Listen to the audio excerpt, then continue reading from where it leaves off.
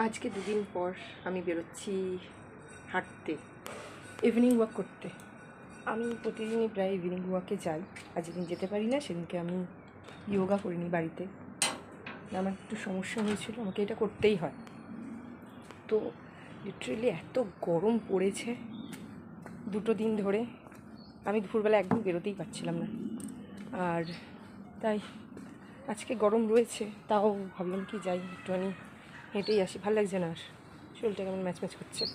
যারা রেগুলারলি হাঁটতে যায় তারা জানবে আমার ব্যাপারটা। যারা রেগুলারলি হাঁটতে যায়, যে তাদের একদিন যদি গ্যাপ দেওয়া হয় তাহলে তাদের কতটা খারাপ লাগে, মানে নিজের শরীরেই খারাপ লাগে, ভালো লাগে না কিছু। যাই হোক, একটু পরেই ঘেমে আমি চান করে দেবো। আজকে ভীষণ গরম রয়েছে, তাও অনেকদিন পর এরকম ঘন্টা বাজিয়ে কুলফিওয়ালা দেখলাম।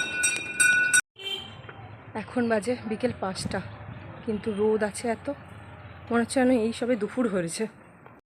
এই গরমে বড় লোকেদের তো কোনো অসুবিধা নেই, মরে হচ্ছে গরিব মানুষেরা, যারা বাইরে রোদের মধ্যে খাটাখাটনি করে। ভালো রোদ রয়েছে এখনও এখানে, বাড়িগুলোর আড়ালে বলে তাই বোঝা যাচ্ছে না, কিন্তু প্রচুর রোদ রয়েছে, গরমও রয়েছে।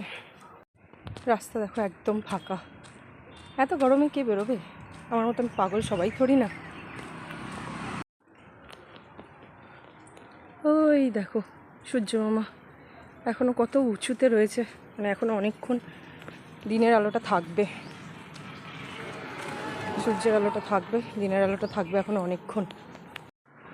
এই সময় মরে হচ্ছে মুটে মজুর, যারা কাজ করে, রাজমিস্ত্রি সেন্টারিংয়ে যারা কাজ করে, তারা এই গরমেতে।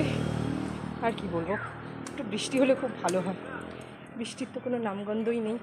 রোদের জন্য তো তাদের কাজ তো আর বন্ধ থাকে না, আর তাদের কাজ বন্ধ রাখলেও হয় না, তাদের উপর অনেক সংসারের চাপ থাকে, পেট চালাতে হয় তাদের অনেক রকম। দিন বৃষ্টি হয়নি আর এই অবস্থা। প্রার্থনা করো যাতে একটু বৃষ্টি হয়। তো গরমেও একটা সুন্দর জিনিস দেখো, আমি নিজেকে আটকাতে পারলাম না ভিডিও করতে। মাত্র 40 মিনিটের হাঁটলাম, বাড়ির কাছে চলেই এসেছি। আর দেখো আমার অবস্থা, ये मेहनत का पसीना है भाई, मेहनत का पसीना। চলো বাড়িও চলে এসেছি, আজকের মতন এইটুকুনি।